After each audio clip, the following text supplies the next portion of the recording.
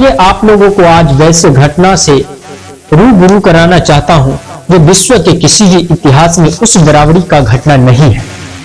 जी हां, मुगल शासक में जो क्रूर शासक थे औरंगजेब, उसके काल में यह घटित घटना है।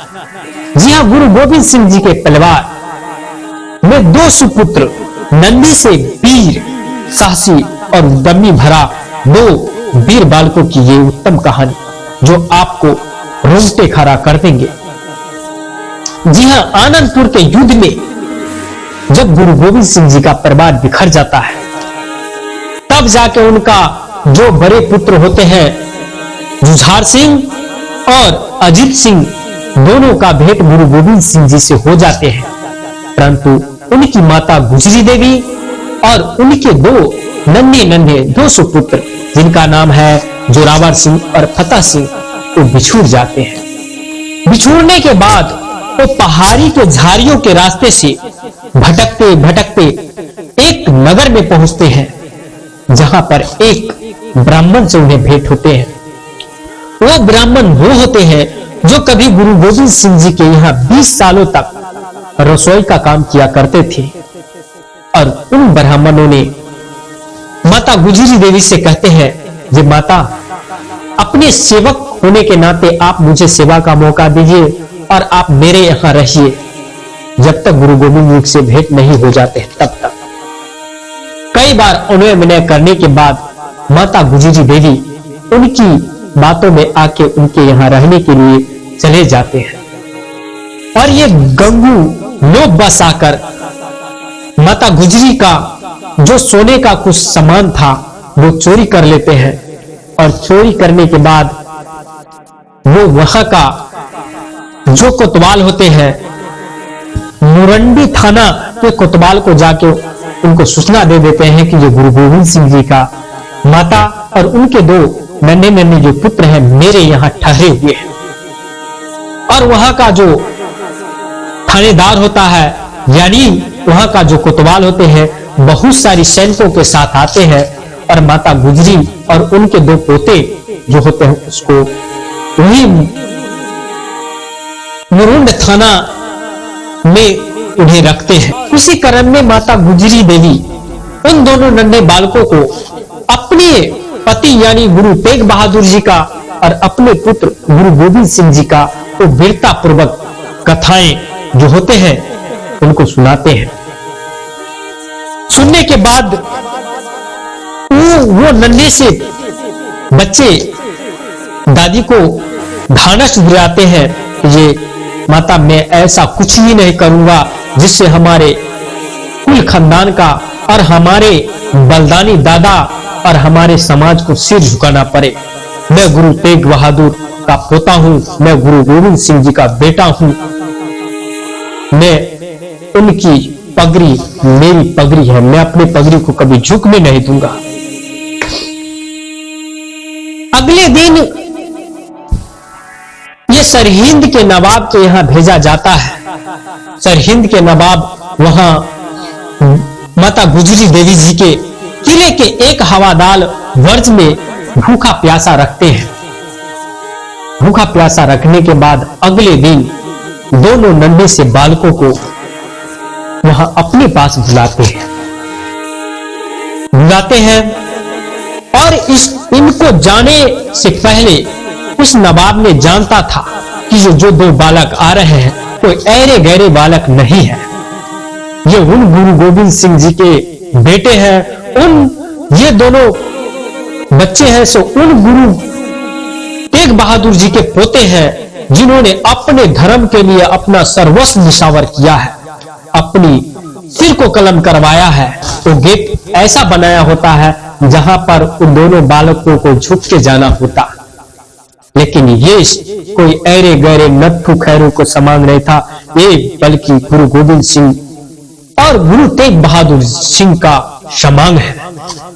उन्होंने दहाड़ते हुए सीना चौड़ा किए हुए अपनी पहला कदम उस दरबार के चौखट को लांघता है और बाद में सिर को तानते हुए आगे चलता है। ऐसा वजीर, ऐसा वहां का नवाब जो वजीर खान होता है, देखते ही इंशा अल्लाह करके खड़ा हो उठता है और भूल जाता है कि ये मैं कौन, और अचंभे दांतों तले उंगली दबाए हुए एक बार तो ये कह बैठता है, इंशाअल्लाह आज बड़े सुंदर दिख रहे हो। और ये दोनों बालकों ने वीरता और सिंह की तरह दहाड़ते हुए उनके सामने जा खड़ा होता है और कहता है, वाहे गुरु की खालसा, वाहे गुरु की फतह। वहां पर रहे लोगों ने सभी को एक बार तो झटका लगा कि अरे ये छोटे छोटे बालक, जहां पर चलने पर भी थरथराहट होना चाहिए, जहां डर के मारे मम्मी और पापा के आंचलों में छुपना चाहिए, वहां पर ये दहाड़ और गरजना करके ये वजीर खान के सामने कैसे ये दहाड़ रहे हैं। सभी अचंभे हैं। और वहां का जो नवाब था वो सबसे पहले इन बच्चों को धर्म परिवर्तन करने के लिए कहते हैं। बोलता है, बच्चों, मैं तुम्हें नवाब के बच्चे की तरह रखना चाहता हूं और मैं चाहता हूं तुम्हें जितना भी जो कुछ चाहिए मैं तुम्हें दूंगा, और तुम्हें नवाब के बच्चों की तरह रहना है, बशर्ते एक छोटी सी शर्त है। ये बच्चे भी समझ रहे थे कि ये शर्त कोई मामूली शर्त नहीं होंगे, और वो शर्त कह दिया उसने। बोला कि तुम अपना धर्म छोड़ दो और मुस्लिम बन जाओ तो तुम्हें हम बहुत सारे खिलौने देंगे, तुमको रखेंगे। नवाब ने देखा कि जिस बच्चे लालच भरी बातों में नहीं फंस रहा है तो उसको डराया जाए, और उसने डराया। बोला, देखो बच्चे, तुमने इस दरबार का अपमान किया है, यदि मैं तुम्हें चाहूं तो कड़ी से कड़ी सजा दूंगा। तुम्हारा भला इसी में है कि तुम मुसलमान बन जाओ, तुमको सारा सजाएं माफ कर दूंगा। गुरु गोविंद सिंह जी के बच्चे ने, दोनों शेरों ने कहा, वजीर खान, मैं उन गुरु गोविंद सिंह जी का बेटा हूं जिन्होंने अपने पिता के अपने धर्म पर मरने का प्रेरणा देते हैं, और मेरे दादाजी ने, गुरु तेग बहादुर जी ने अपना धर्म न छोड़ते हुए अपने धर्म पर अडिग रह के अपने सिर कलम करवा दिए। मैं वैसे गुरु तेग बहादुर का पोता हूं। 1.25 लाख से एक लड़ाऊं, चिड़िया से मैं बाज लड़ाऊं, 1.25 लाख से एक लड़ाऊं, तब गुरु गोविंद सिंह जी नाम कहाऊं। ऐसे गुरु गोविंद सिंह जी के बेटे हैं। तुम्हारा 1.25 लाख सैनिक और मेरा एक सैनिक ने तुम्हारा 1.25 लाख सैनिकों को धूल चटा दिया था। वैसे गुरु गोविंद सिंह जी का बेटा हूं। मुझे मौत से डराओ मत, चाहे तुमको जितना प्रयास हो कर लो। उतना ही में दीवान सूजानंद ने कहा, यदि तुम्हें छोड़ दिया जाए तो तुम क्या करोगे?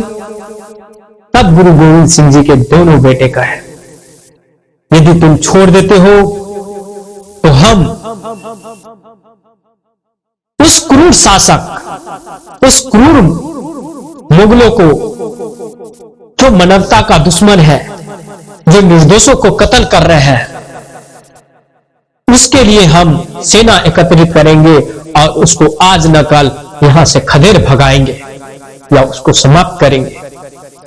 इतना सुनते ही दीवान आग बबूला हो जाता है और काजी से कहते हैं, काजी साहब, ये ने इस दरबार का अपमान किया है और भविष्य में मुगल शासक से ये बैर करने की दुस्साहस किया है, तो आप ही बताइए इसका क्या सजा होना चाहिए। काजी ने फतवा जारी करते हुए कहा, साहब, इसे जिंदा दीवालों में चुनवा दिया जाए। और इतना कहते हुए, फतवा जारी करते हुए उस दोनों बच्चे को उनके दादी के पास जाने दिया जाता है। जाते ही बच्चे अपने दादी से लपेट जाता है आंचल में और सारी घटना उनको सुनाते हैं। दादी भी सारी बातें सुन के गदगद हो जाते हैं ये वाह मेरे बच्चे, तुमने आज सिद्ध कर दिया कि जे तुम गुरु गोविंद सिंह जी के बेटे और तेग बहादुर जी का पोते हो। नहीं तो मुसलमान बन जाते तो आज पूरे सिख समुदाय का सिर आज झुक जाता। सिर कटा सकते हैं भले, सिर झुका नहीं सकते। परम धर्म भयावह, ऐसा शास्त्रों ने कहा है। अपने धर्मों में मर जाना बेहतर है, दूसरे का धर्म दुख देने वाला है। कुछ दोनों पोते को अपने गले से लगा लेते हैं और अगले दिन ये दोनों बालकों को जल्लाद के हाथों में सौंप दिया जाता है, जिसका नाम है सिसाल बेग और विशाल बेग। और एक सार्वजनिक जगह पर ले जाकर उन्हें दीवालों में चुनने का कार्य प्रारंभ हो जाता है। जब दीवाल बढ़ता जाता है और बड़े भाई के कानों तक जब दीवाल पहुंच जाता है और छोटे भाई का माथा दीवालों के अंदर ढक जाता है, तब जाके बड़े भाई के आंखों में आंसू आ जाता है। और आंसू आने पर वहां पर जो काजी खड़ा होता है वह बड़ा खुश होता है। उसको लगा कि ये बच्चे डर गए और काजी ने कहा, बच्चा अभी भी तुम्हारे पास वक्त है, मुसलमान बन जाओ। क्योंकि काजी जानता था अगर ये मुसलमान बन जाता है तो पूरे सिख समुदाय जो बलिदान दिए हैं सारा का सारा नष्ट हो जाता है। क्योंकि अभी तक तो एक भी सिख नहीं था जो मुसलमान धारण किए, सब अपना सिर कटवा रहे थे, अपने आप को उस मुगल हाथों द्वारा मरे जा रहे थे। लेकिन अब तक एक भी कोई भी सिख मुस्लिम नहीं बना था और चाहता था कि एक भी तो बने। और जहां गुरु गोविंद सिंह जी का एक बच्चे या दो बच्चे मुसलमान बन जाते हैं, वहां सारा जो आत्म बल से लड़ाई लड़ा जा रहा था, जहां एक व्यक्ति सवा लाख सैनिकों को धूल चटा रहे थे, वहां मनोबल टूटता और वहीं पर सिख धर्म का अंत कहे या वहीं पर समाप्ति होता। लेकिन ये बच्चे डटा रहा। काजी ने कहा कि चलो अभी भी तुम्हारे पास वक्त है, मुसलमान बन जाओ, छोड़ देंगे।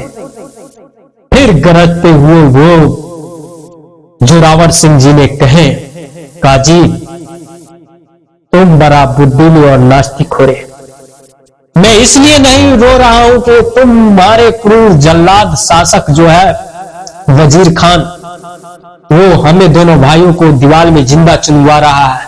मैं इसलिए रो रहा हूं कि ये भी भाग्य क्या चीज होता है, जो मुझसे मेरे बाद आया है उसको पहले अपने धर्मों में शहीद होने का मौका दे रहा है। मैं तो पहले आया था, मैं इससे बड़ा था, काश मुझे शहीद होने का पहला मौका मिलता। मैं इसलिए रो रहा हूं कि मेरे ये छोटा भाई कितना खुद नसीब है, कितना नसीब वाला है जो धर्म के लिए पहले मर रहा है, और मैं कितना अभागा हूं जो बाद में इस दीवार में समाऊंगा। मैं इसलिए रो रहा हूं। इतना सुनते जल्लाद भी एक बार कांप गए और धीरे धीरे वो दीवार पूरा होता है, पूरा होकर छोड़ दिया जाता है। कुछ देर बाद उस दीवार को गिराया जाता है तो दोनों बालक मरा नहीं था बल्कि जीता था, श्वासें चल रहा था लेकिन बेहोशी की अवस्था में था। इस काजी को कहने पर वो दो जल्लादों ने उसे गला रेत कर वो बालक जो वीर बालक, सिंहों का औलाद, शेरों सा गरजने वाला फौलादी चट्टान, जिनके शरीर पर केसरी वस्त्र धारण, पास में कृपान और सिर पर साफा यानी पगड़ी लहराते हुए सिख धर्म को में अपना धर्म के लिए प्राणों निछावर करने वाले उस दोनों बालकों को सिर को गले को रेत कर उसको सिर कलम करके मार दिया जाता है। मैं कह रहा हूं, जो क्रूर शासक औरंगजेब और वजीर खान जो हिंदुओं और सिखों पर जो अतिक्रमण किया है, जो क्रूरता प्रकट किया है, तो विश्व के किसी भी इतिहास में ऐसा नहीं किया गया है। और वही आज भी कहीं कहीं जिहादी के रूप में आज भी कत्ल कर रहे हैं और कल भी करेंगे। राम युग में रावण और कृष्ण युग में कंस, ये कलयुग में सिर्फ वो मुगल का वंशज ही है जो इंसान को और इंसानियत को कत्ल सरेआम करता है और उनको खिलाफ कोई भी खड़ा नहीं हो रहा है।